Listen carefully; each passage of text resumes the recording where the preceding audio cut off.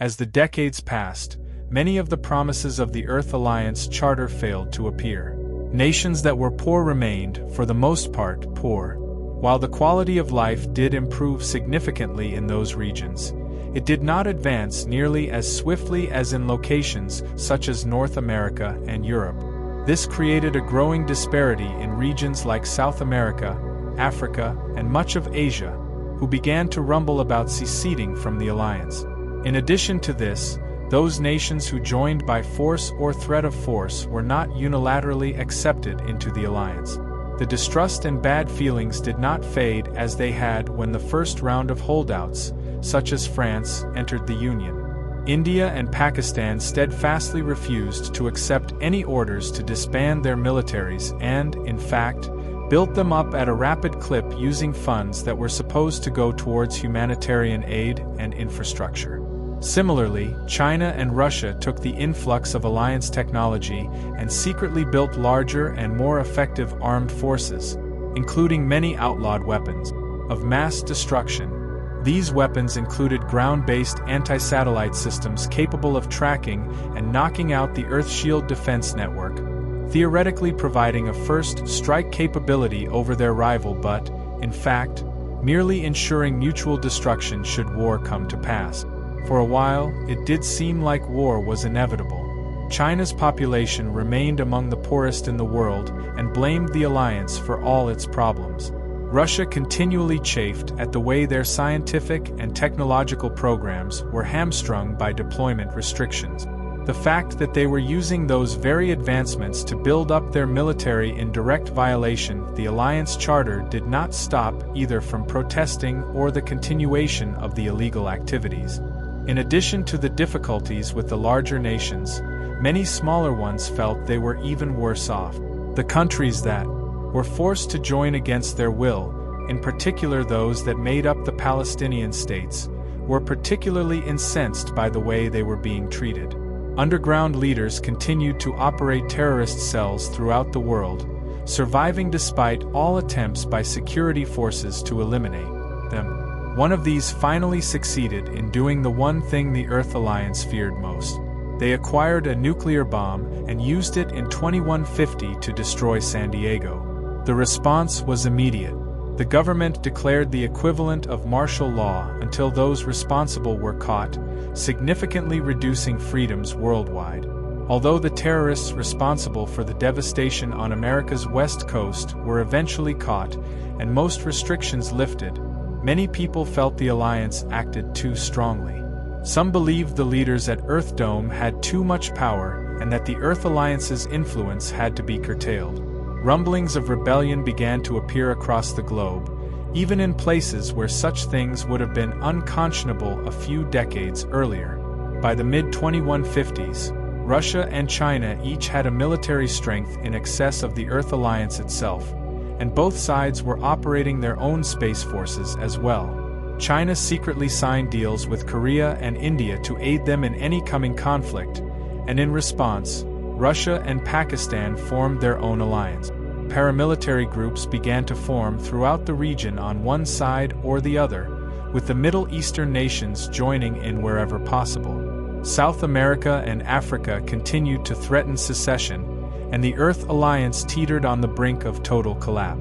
As the world prepared for the end, something unexpected happened.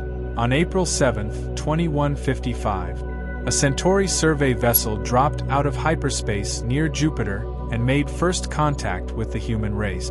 Within days, the Centauri ship was in orbit of Earth, undergoing peaceful trade negotiations with the leaders of the Earth Alliance.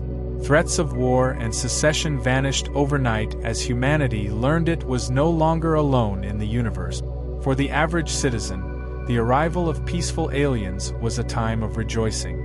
Suddenly, all the petty fears and bickering among Earth's people became a thing of the past. Humanity was no longer trapped on a single habitable world amongst a few useless rocks that made up the rest of the solar system. Now, the entire galaxy was open for exploration. For the more pragmatic among the Alliance, the appearance of a seemingly benevolent race of aliens, possessing far more advanced technology and apparently occupying a very large empire, was met with suspicion and outright fear. The single survey vessel in orbit might have been capable of wiping out most, if not all, of Earth Force naval capabilities on its own, and it was not even a warship.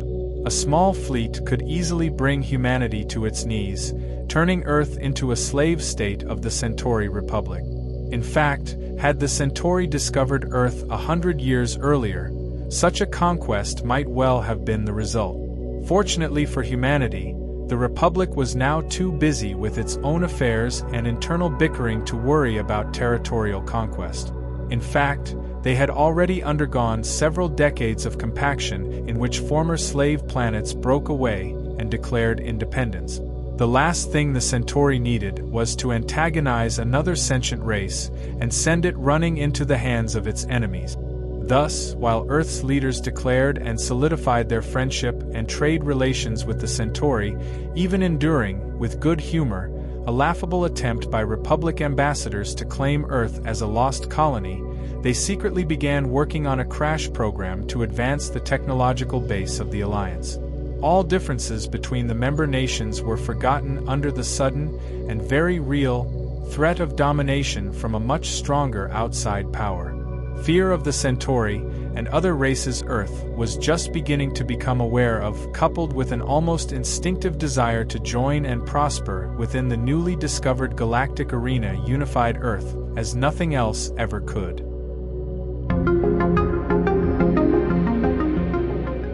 Although the Centauri survey ship claimed to represent the Republic as a whole, in fact they were little more than a splinter group of profiteers flying the flag of House Jado.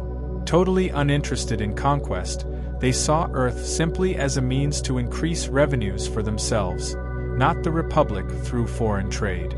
Since the naive Terrans knew nothing about the galaxy, House Jado took it upon itself to instruct its new partner in the ways and means of interstellar relations. The Earth representatives sent on these first diplomatic missions to the stars smiled and nodded as the Centauri of House Jado extolled their virtues and pointed out the failures of their rivals among the many other races that seemed scattered throughout nearby space. Publicly, the Earthers pretended to eat this up, while in fact, they gathered information with a remarkable level of impartiality and returned to deliver their reports to the intelligence-starved government in Geneva. From these early missions, the Earth Alliance discovered several facts. First, there were dozens of alien races out there. Second, none were particularly close to Earth.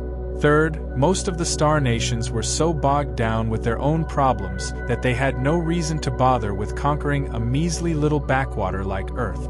And, finally, should that attitude change in the near future, Earth Force would have no chance of defending the homeworld from enslavement or destruction. After a brief period of debate, Earth's leaders met in secret session and decided upon a course of action designed to bring the fledgling alliance into a position of strength in the least amount of time. Because of Earth's distance from most of the stronger alien races, and the fact that even the once mighty Centuari Republic had managed to miss finding them for centuries, the Alliance felt it had a window of opportunity to carve out a foothold in the region before someone stronger came along to seize that territory for themselves. This goal was extremely long-term, and Earth's leaders knew it would take decades to achieve, but they had little choice. Unless they expanded quickly and built up their military, they would be at the mercy of a greater power. Turning the Earth Alliance from a single system into a galactic empire required more than just a lofty ideal and a far-sighted goal. It required a plan eventually referred to as the Aegis program. Aegis was described on paper as a means to protect humanity from any threat, but was, in fact, nothing less than a blueprint for expansion and rapid growth. The leaders in Geneva decided that 3 R's were needed: reconnaissance, relations, and resources. And they were needed now. To accomplish the first goal, Earth Force formed the Deep Space Exploration Command. The first mission of this auspicious organization would be the generation and verification of a comprehensive map of nearby space. The DSE command began by collecting information from Centauri databases, and verifying this with trips to as many systems as possible. When the Centauri finished constructing a jump gate in Earth orbit in 2159, Earth wasted little time in dispatching their first generation of extrasolar spacecraft to learn the tricks of navigating hyperspace and following beacons to established gates without the aid of the Centauri. To the surprise of these early explorers, many of the systems they encountered were unexploited, simply acting as transfer points for Republic exploration ships as they searched for established races with whom to establish relations. Several viable planets were located and earmarked for future colonization, including Earth's closest neighbor, Proxima Centauri. The second key relations was given to a team of diplomats referred to as the First Contact Committee. This group began by signing a treaty with the Centauri, actually just House Jado, but that was enough for the moment and initiating the flow of trade goods. From this beginning, Earth started to reach out to those nearby races who also traded with House Jado. Lacking any ships capable of visiting these distant nations, the First Contact Committee initially leased space on Centauri vessels, and soon after purchased a pair of smaller craft outright, in order to reach whomever they could. Rather than trust a Centauri interpreter, the cautious Alliance diplomats learned languages on their own prior to departure, ensuring that no possible misunderstandings could result.